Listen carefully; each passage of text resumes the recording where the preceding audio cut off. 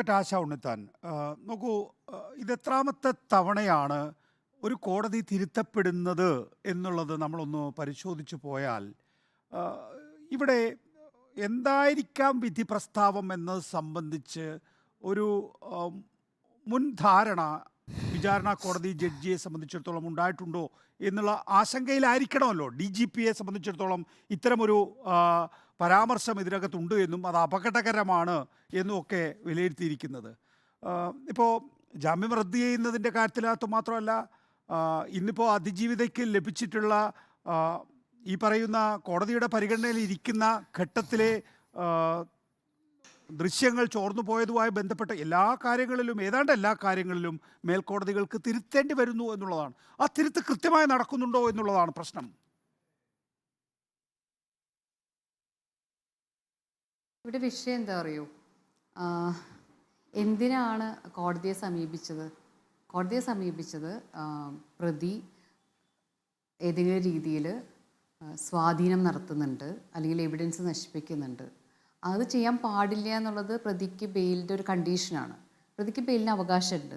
അത് കൃഷ്ണയ്യർ പറഞ്ഞിട്ടുള്ള ഒരു കാര്യമാണ്. ബെയിലാണ് റൂള്, ജയിൽ എക്സംഷനാണ്. അപ്പോൾ ബെയിൽ കിട്ടിക്കോട്ടെ, അത് അവകാശം. പക്ഷെ ബെയിൽ കിട്ടുമ്പോൾ കണ്ടീഷണൽ ബെയിലാണ്. അതിലെ പ്രധാനപ്പെട്ട കണ്ടീഷൻ തന്നെയാണ് നേരത്തെ സാറ് സൂചിപ്പിച്ച കാര്യം തന്നെയാണ്, ഒരിക്കലും ടാമ്പർ ചെയ്യരുത് എവിഡൻസുകൾ, അതുപോലെ തന്നെ സ്വാധീനിക്കരുത് വിറ്റ്നസ്സുകളെ. പക്ഷെ ഇവിടെ രണ്ടും സംഭവിച്ചു എന്ന് പറഞ്ഞിട്ടാണ് കോടതിയെ സമീപിക്കുന്നത്.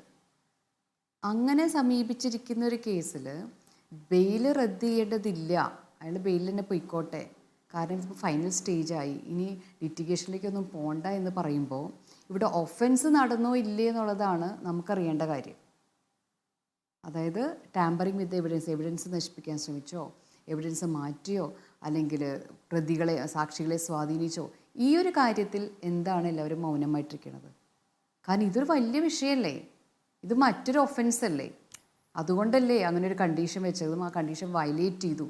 അപ്പോൾ ആ കണ്ടീഷൻ വയലേറ്റ് ചെയ്തു എന്ന് ഒരാൾ ആരോപിക്കുമ്പോൾ കണ്ടീഷൻ വയലേറ്റ് ചെയ്തോ ഇല്ലേ എന്നത് പ്രൂവ് ചെയ്യപ്പെടേണ്ട ഒരു കാര്യം. ഇത്രയും കാലഘട്ടം ഉണ്ടായില്ലേ, അത് ചെയ്യാമായിരുന്നില്ലേ? എന്നിട്ട് അതൊന്നും ചെയ്യാതെ ഇപ്പോൾ ഫൈനൽ സ്റ്റേജായി, അതുകൊണ്ട് ഇങ്ങനെ പറയണു. പിന്നെ ഇനി പരാമർശമുണ്ട്, ആ പരാമർശം മാനിക്കരുത്, ഇങ്ങനെയൊക്കെ പറയുമ്പോൾ അതാണ് ഞാൻ പറഞ്ഞത്, എന്തിനാ ഇങ്ങനെ ആംബിഗ്വസ് ആവണേ? സ്ട്രേറ്റ് ഫോർവേഡായിട്ട് കാര്യങ്ങൾ ചെയ്യാൻ പറ്റാത്തതിൻ്റെ കാരണം എന്ത്? ലിറ്റിഗേഷനെ പേടിക്കുന്ന കോടതിയോ? കോടതിക്ക് പിന്നെ എന്താ പണി?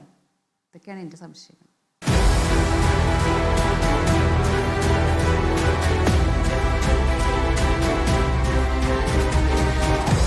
Debate with M. V. Nikesh Kumar.